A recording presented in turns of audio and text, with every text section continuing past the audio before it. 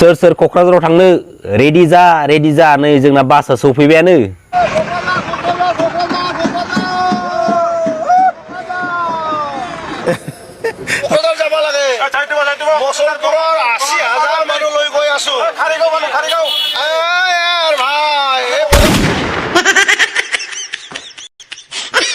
दा बै थांनाय 2025 मायथाइनि बिटिसि बिसायख'थिखौ लानानै मानगोनां इउजि ब्रह्म बिथाङा माखासे गोबां रोखोमनि गोबां बाथ्रा बुंदोंमोन नाथाय बेनि उल्थासो गोबां रोखोमनि गोबां फिथाइ थायनानै दान बान्था होनायखौ जों दिनै नुनो मोनबाय जेराव बिपिएफ पार्टिया गासै 28टा सिट्स लानानै मोनसे सोमोनांथाव पलिटिकेल रेकर्डखौ दिनै दिन्थिलांबाय बिजेपिजोंबो जुजिनांगौ गैया बिपिएफजोंबो जुजिनांगौ गैया कंग्रेसजोंबो जुजिनांगौ गैया जोंनि जुजिनाया गावजोंनो इउपिपिएलआ इउपिपिएलजोंनो जुजिगोन बेनि मिनिङा जाहैबाय मा जोंनि आखायाव दा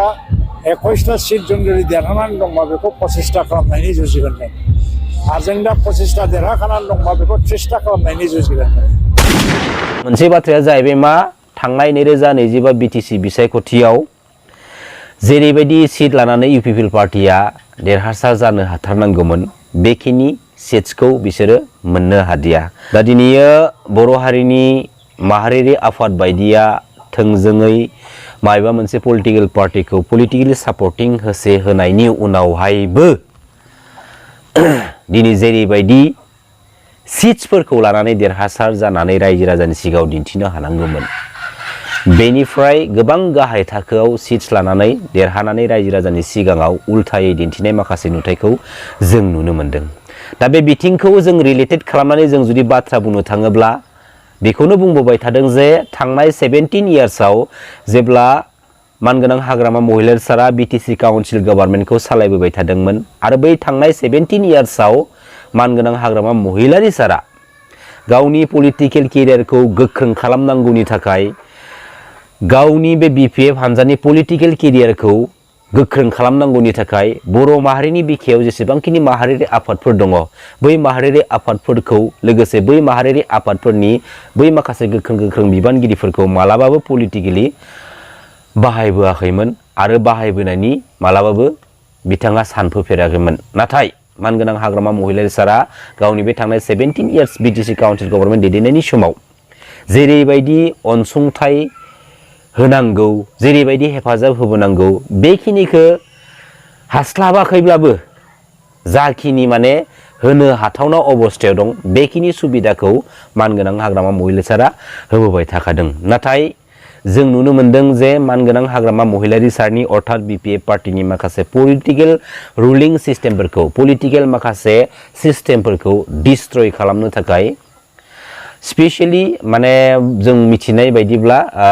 2010-15 मायथाइनिफ्रायनो सिं नाजाबोबाय थाखादों नाथाय हाजार बार नाजासेयावबो मानगोनां हाग्रामा महिलारी सारनि पलिटिकेल केरियारखौ डिस्ट्रय खालामस्लाबनो हादिया आरो 2020-27 जानुवारि बिटिआर एग्रिमेन्टनि उनावहाय बिटिआर एग्रिमेन्टनि मोनसे दोहौनि गेजेरजों जेब्ला मानगोनां प्रमद बर' बिथाङा बिटिसि काउन्सिल पलिटिकेल सिस्टेमाव एन्ट्रि मारिफैदोंमोन दा बे बिटिआर बायदि मोनसे एग्रिमेन्टनि दोहौनि गेजेरजोंबो मानगोनां प्रमद बर' बिथांमोना अर्थात इउपिपिएल पार्टिया जोंनि बिटिसि काउन्सिल पलिटिकेल सिस्टेमाव जेरैबायदि सिट लानानै देरहासार जानानै देखायनो दिन्थिनो हानांगौमोन बेखिनि सिट्सखौ बिथांमोना दिन्थिनो हाखायाखैमोन जेराव थांनाय 2020 मायथाइयाव इउपिपिएल पार्टिया गासै मोन 12टा सिट्सखौ लानानै देरहासार जानो हादों आरो बिपिएफ पार्टिया गासै मोन 17टा सिट्सखौ लानानै देरहासार जानो हादोंमोन आरो बे बिथिंखौ जों जुदि नायोब्ला बिपिएफ आरो इउपिपिएल देरहासारनायनि जिथु सिट्सनि मेजरिटि बे बिथिंखौ नायनानै जों जुदि बाथ्रा बुंनो थाङोब्ला बै 2020 मायथाइयाव जिहेतु बिपिएफ पार्टिया इउपिपिएलनिफ्राय बांसिन 17टा सिटखौ मोनदोंमोन बै 2020 मायथाइयावबो माखासे पलिटिकेल सिस्टेम बायदिब्ला बिपिएफ हान्जाया बिटिसि काउन्सिल गभर्नमेन्टखौ सालायनो सुजुग आरो सुबिदा मोननांगौमोन आरो जों दिनै मिथियो जों दिनै खोनादों जे थांनाय 2020 मायथाइयाव मानगोनां हाग्रामा महिलारी सारा जे खावलायदोंमोन जे लुबैदोंमोन जे इउपिपिएल आरो बिपिएफ जुथायै खौसेथि जानानै उइदाउट एनि कन्डिशन बिटिसि काउन्सिल गभर्नमेन्टखौ सालायनांगौनि बाथ्रा आरो बे बिथिंखौ लानानै माहारियारि आफाद दुलाराय बर' फरायसा आफादनिसिम बिपिएफ हानजानिफ्राय लाइजाम हरनाय माखासे बाथ्रानि दावराव जानायखौबो जों नुनो मोन्दों। दा दिनैयो लाइजाम लाखिग्रायाबो दङ, लाइजाम हैग्राफोराबो दङ। दा बेवहाय मोनसे सोंथिया दिनै बेरखांनानै थाबाय, नाथाय बेनि फिननायखौ दिनैसिमबो बर' माहारिनि रायजो राजा आइ आफा बिदा फंबायमोना मिथिनो मोनदिया। बे सोंथियानो जाहैबाय मा, थांनाय 2020 मायथाइनि बिटिसि बिसायख'थिनि उनावहाय थारैनो गमामायैनो बिपिएफ पार्टिया इउपिपिएल आरो बिपिएफ खौसे जानानै बिटिसि काउन्सिल गभर्नमेन्टखौ सालायनांगौनि थाखाय माहारियारि आफाद दुलाराय बर' फरायसा आफादनिसिम जुदि लाइजाम हरमारदोंमोनब्ला आरो जुदि लाइजाम हरनाय बाथ्राया सैथोमारब्ला मानि थाखायथो इउपिपिएल आरो बिपिएफखौ जुथायै गभर्नमेन्ट दानांगौनि थाखाय माहारियारि आफादफोरनि बै माखासे गोख्रों दैदेनगिरिफ्रा बै समाव मानो बुंदिया, मानि थाखाय सिरि जानानै थानाय? बे सोंथिनि फिननायखौ दिनैसिमबो बर' माहारिनि रायजो राजा आइ आफा बिदा फंबायमोना मोननो थाखाय माने आफसुस जानानै दङ। दा दिनैयो खौसेथि जानांगौनि बाथ्राखौ गेजेर ससेयावबो जों नुबाय आरो बिपिएफ इउपिपिएल खौसे जानांगौनि आन्दोनि माखासे पलिटिकेल षड्यन्त्रनि माखासे फिथाइफोरखौबो जोङो जोबथा समाव जों नुनो मोनबाय आरो बे इउपिपिएल आरो बिपिएफ खौसेथि जानाया सोरनिबा थाखाय दिनै थेर बेथेर जादों होननानै मानगोनां हाग्रामा महिलारि सारखौसो थाङै थुङै लास्ट स्टेजाव दिनै दुसिहैनो नाजानाय माखासे बाथ्राफोरखौ जों नुनो मोनबाय। नाथाय बेराफारसेथिं आन्दोआव गोबां रोखोमनि गोबां बाथ्रा थानो हागौ, जायफोर माखासे बाथ्राफोरखौ जों बर' हारिनि माखासे गोख्रों पलिटिकेल लिडारफोर आरो माखासे माहारियारि आफादनि गोख्रों लिडारफोरा दिनैसिमबो लाखुमानानै दोनदों। नाथाय मोनसे बाथ्राया सैथो,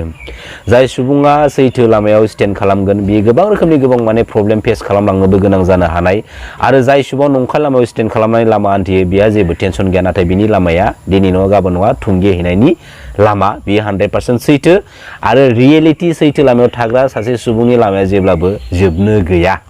जोबनो रोङा दै मानगोनां रायजो राजा नोंथांमोन। दा थांनाय 2025 मायथाइनि जा मोनसे सोमोनांथावना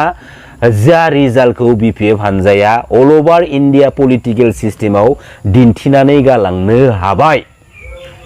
बे मोनसे रेकर्ड 2025 मायथाइयाव बिपिएफ पार्टिया जेबायदि पलिटिकेलि माने सोमोनांथावना रेकर्डखौ दिनै दिन्थिनानै गालांबाय, बे मोनसे रेकर्ड दै मानगोनां रायजो राजा नोंथांमोन। जायखिजाया मोनसे बाथ्राया बेनो जे जोंनि बे बिटिसि काउन्सिल पलिटिकेल सिस्टेमनि पलिटिकेल इस्युफोरखौ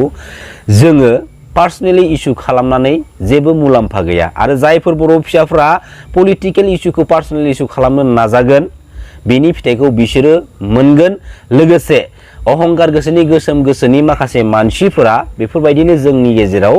गुबुंले बारहावाखौ सोमजिहोनो नाजाबाय थायो आरो बेफोरबायदि माखासे गुबुंले बारहावा सोमजिहोनो नाजाबाय थाग्रा जोंनि बर' हारिनि बर' फिसाफ्रा जोंनि बर' हारिनि बिखायाव थायाब्लाबो जोंनि बर' हारिया जेबो